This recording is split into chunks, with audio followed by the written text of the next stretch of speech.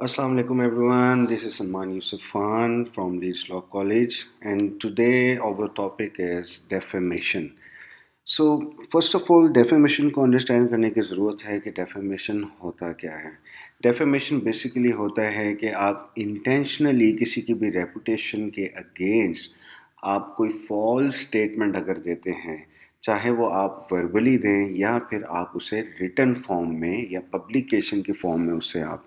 Print form में उसे दें, तो वो हमारे पास होती है डेफेमेशन. यानी आप किसी की रेपुटेशन को हर्ट कर रहे हैं और आप ये जानते हैं कि इस काम के करने से आप अगले बंदे की रेपुटेशन जो है उसको कोई ना कोई नुकसान पहुंचा रहे हैं और उसे सोसाइटी की नज़रों में उसकी जो इज़्ज़त है उसे आप ख़राब कर रहे हैं, उसे डिफेम कर रहे हैं, तो that is our defamation. Defamation हमारे पास civil as well as criminal tort है, क्योंकि ये इसका एक कंट्रास्ट ड्रॉ किया जाता है सिविल लॉ में भी और क्रिमिनल लॉ में भी. सो डेफेमेशन की अगर काइंड सी बात की जाए तो हमारे पास दो तरह की डेफेमेशन होती है. Number one is liable. Liable defamation वो होती है कि जिसमें रिटन स्टेटमेंट्स जो हैं वो दी जाती हैं, जबकि स्लैंडर जो हमारे पास है, तो स्लैंडर जो हमारे पास डेफेमेशन होती है उसमें हम एक स्पोकन स्टेटमेंट देते हैं, यानी वर्बली हम किसी की रेपुटेशन को डिफेम करते हैं.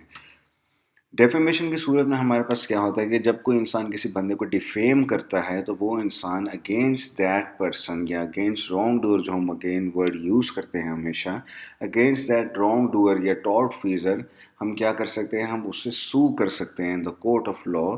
ताकि उसके अगेंस्ट हम कोर्ट से डैमेजेस की सूरत में कंपनसेशन जो है वो रिसीव कर सकें. डेफेमेशन बेसिकली हमारे पास क्राइम तो नहीं होता, लेकिन इसका एक कंट्रास्ट ज़रूर ड्रॉ किया जाता है in the form of crime. Next अगर हम उसका मीनिंग देखें तो डेफेमेशन सिंपली हमें बताता है कि जब कोई एक इंसान किसी दूसरे इंसान की रेपुटेशन को डैमेज करता है, नुकसान पहुंचाता है, कोई हार्म पहुंचाता है, चाहे वो रिटन हो, चाहे वो वर्बल हो या ओरली हो, वो हमारे पास क्या है, डेफेमेशन. लेकिन इसमें स्टेटमेंट जो है, अगर फॉर एग्जांपल इसमें एलिमेंट की बात की जाए तो इसमें जो असेंशियल एलिमेंट वो क्या है कि वो जो स्टेटमेंट हो वो ट्रू ना हो, उसके ऊपर कोई ना कोई इल्ज़ाम लगाया गया हो, कोई ना कोई तोहमत लगाई गई हो, वो हमारे पास होती है डेफेमेशन. अगर हम डेफेमेशन की डेफिनेशन की हम बात करें तो ये सिंपली हमारे पास एक ऐसी पब्लिकेशन होती है जिसमें एक फॉल्स स्टेटमेंट दी जाती है जो कि सच पर मबनी नहीं होती, जो कि सिर्फ इसलिए दी जाती है ताकि वो अगले बंदे की जो एक करेक्टर है, एक रेपुटेशन है, उससे डिफेम कर सके सोसाइटी की नज़रों में. इसेंशियल्स की बात की जाए तो सबसे पहले हमारे पास जो एसेंशियल है डेफेमेशन का, वो है कि that the statement must be false. यानी इस चीज़ को साबित करना बहुत ज़रूरी है कि आइदर उसने अगर कोई रिटन कोई तहरीर लिखी है या कोई ऐसी पब्लिकेशन या कोई स्टोरी लिखी है या कोई ऐसी चीज़ प्रिंट फॉर्म में कोई इंट्रोड्यूस की है, या आइदर उसने वर्बली कोई ऐसी स्टेटमेंट दी है कि जो किसी दूसरे बंदे की रेपुटेशन को, उसके करेक्टर को डिफेम कर रही है, तो वो स्टेटमेंट जो है वो हमेशा फॉल्स होनी चाहिए और इंटेंशनली होनी चाहिए. और उसमें सबसे इम्पोर्टेंट चीज़ क्या है कि उसमें इंटेंशन का होना बहुत ज़रूरी है कि इंटेंशनली ऐसा एक्ट परफॉर्म किया जा रहा है, तो उसे जो इंजर्ड पर्सन होगा, जिसकी रेपुटेशन डिफेम की गई होगी, वो इस चीज़ के लिए अहल होगा कि वो कोर्ट के पास जाए और वो लीगल एक्शन ले against that wrong doer. Next अगर पॉइंट की बात की जाए जो कि है रेफरेंस टू द प्लेंटिफ, तो डेफेमेशन जो है it must refer to the plaintiff. अगर वो प्लेंटिफ से रिलेटेड ही नहीं है तो ऑब्वियसली जो सूट है वो डेफेमेशन का फाइल नहीं किया जा सकता. तो इसके लिए ये चीज़ नेसेसरी है कि जो भी स्टेटमेंट दी जाए it should refer to the plaintiff. अगर कोई रॉन्ग डूअर कोई ऐसी पब्लिकेशन करता है, कोई ऐसा मटेरियल, कोई ऐसी स्टोरी जो कि इमेजिनरी हो, करेक्टर्स बेस्ड हो, या फिर वो रेलिवेंट पर्सन जो है वो उसे अंडरस्टैंड ना कर रहा हो, ठीक है, तो वो डेफेमेशन नहीं होगी. लेकिन अगर वो क्या करता है कि वो इमेजिनरी करेक्टर्स जो है वो ड्रॉ करता है, ठीक है, कि अगर वो रेलिवेंट पर्सन से रिलेटेड नहीं होगी तो सूट ऑफ डेफेमेशन जो है वो फाइल नहीं किया जा सकता. लेकिन हाँ, अगर वो कोई इमेजिनरी करेक्टर्स या कोई ऐसी स्टोरी क्रिएट करता है जिसका डायरेक्ट लिंक जो है वो प्लेंटिफ से होगा, तो सिर्फ उस सूरत में जो प्लेंटिफ है वो डेफेमेशन का सूट फाइल कर सकता है। पब्लिकेशन की बात की जाए तो पब्लिकेशन जो है वो इस तरह से होनी चाहिए, जैसे फॉर एग्जांपल हमने प्रिंट फॉर्म की बात की, इसमें हम बात कर रहे हैं लाइबल फॉर्म ऑफ डेफेमेशन की, जिसमें प्रिंट फॉर्म होती है या रिटन फॉर्म होती है, जैसे स्टोरी लिखी जाती है, कोई आर्टिकल लिखा जाता है। तो अगर कोई इंसान इस तरह करता है जो कि रीडेबल हो और एक्सेसिबल हो टू द थर्ड पर्सन, और कोई जो तीसरा बंदा है वो उसे पढ़ सके या उसे सुन सके, तो इस सूरत में वो पब्लिकेशन होनी चाहिए और वो स्टेटमेंट जो है वो इस तरह होनी चाहिए कि फॉर एग्जांपल अगर वो कोई प्रिंट फॉर्म में दे रहा है या कोई टेलीविज़न पे उसने कोई ऐसा डिफेम किया किसी की रेपुटेशन को, कोई रेडियो पे उसने कोई ऐसी बात कर दी, कोई अपनी स्पीच में बात कर दी, या फिर आइदर वो ओरली क्या कर रहा था कि वो लाउड कन्वर्सेशन कर रहा है इंटेंशनली और अगले बंदे को डिफेम कर रहा है, या कोई मैगजीन या बुक्स जो है वो इस तरह की वो पब्लिश कर रहा है, या न्यूज़पेपर में कोई ऐसी बात वो कह देता है, ऐसी स्टेटमेंट वो दे देता है कि जिससे अगले बंदे को जो डिफेम करे रेपुटेशन को, तो वो सब हमारे पास जो है वो पब्लिकेशंस में आता है। Acquisition should harm the reputation, इसमें एक हमारे पास एक इस्टेब्लिश फैक्ट ये है कि अगर आपने डेफेमेशन को इस्टेब्लिश करना है तो इसमें सिंपली जो स्टेटमेंट है वो डेफेमेशन पर मबनी होनी चाहिए, और उसमें एसेंशियल एलिमेंट जो है it should harm the reputation of that person. अगर वो स्टेटमेंट ऐसी नहीं है कि उससे अगले बंदे को कोई नुकसान, कोई इंजरी, कोई हार्म पहुंच ही नहीं रहा, तो वो डेफेमेशन में फॉल नहीं करेगी। लेकिन अगर कोई ऐसी उसने कोई स्टेटमेंट दी है कि जिसमें ये एलिमेंट मौजूद है कि वो अगले बंदे की रेपुटेशन को, उसके करेक्टर को कोई नुकसान पहुंचा रही है, और वो काम जो अगला बंदा कर रहा है जिसको हम रॉन्ग डूअर या टॉर्टफीसर कहते हैं, सिर्फ उस सूरत में वो जो रॉन्ग डूअर होगा he will be liable for the punishment against his criminal act, क्योंकि वो इंटेंशनली ये चीज़ कमिट कर रहा है, ये क्राइम एक फॉर्म में उसको कमिट कर रहा है वो।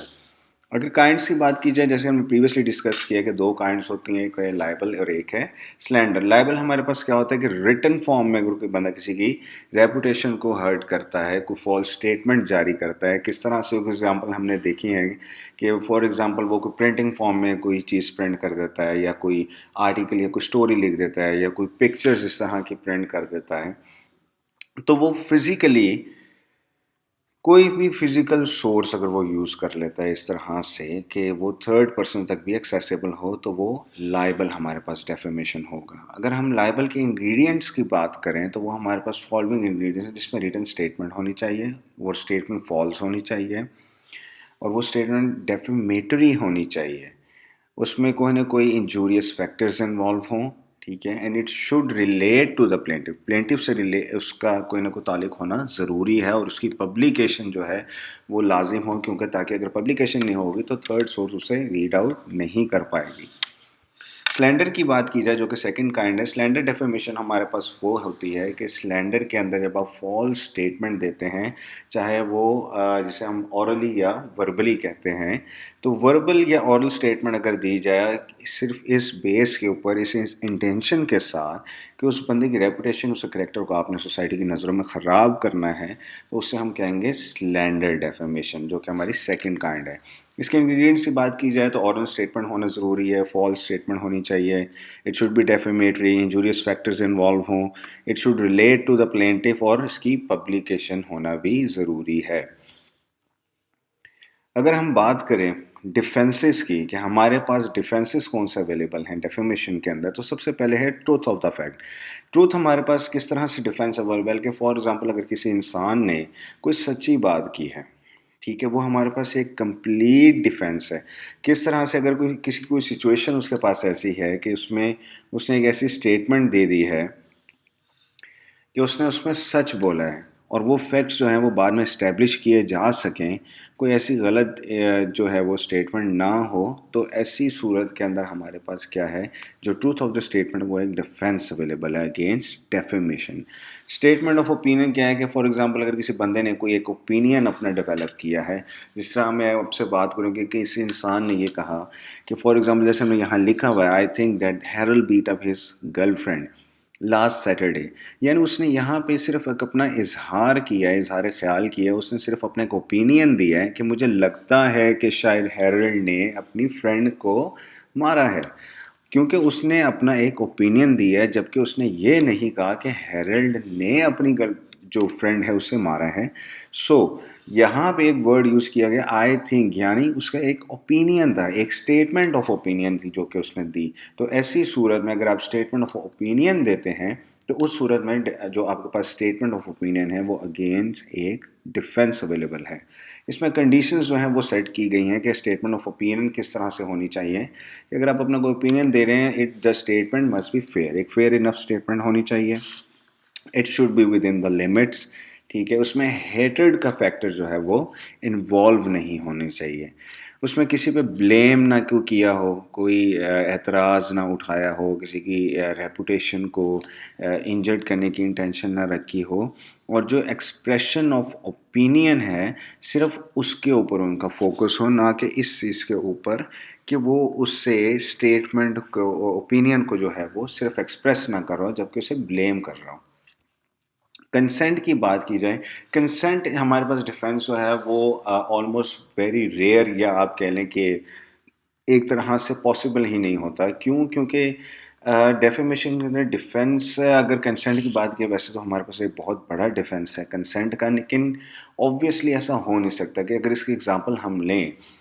कि कंसेंट हमारे पास डिफेंस अवेलेबल किस तरह से। इसकी एग्जांपल हमने जैसे इंटरव्यूज़ जो हैं कंडक्ट किए जाते हैं न्यूज़ चैनल के ऊपर। तो अगर आपके पास, आप होस्ट हैं और आपके पास वो गेस्ट हैं, तो आप अपने होस्ट जो है वो अपने गेस्ट को ये नहीं कह सकता कि जी क्या मैं आपकी रेपुटेशन को डिफेम कर सकता हूँ in front of the general public. Obviously not. तो कोई भी इस चीज़ के लिए अग्री नहीं करेगा।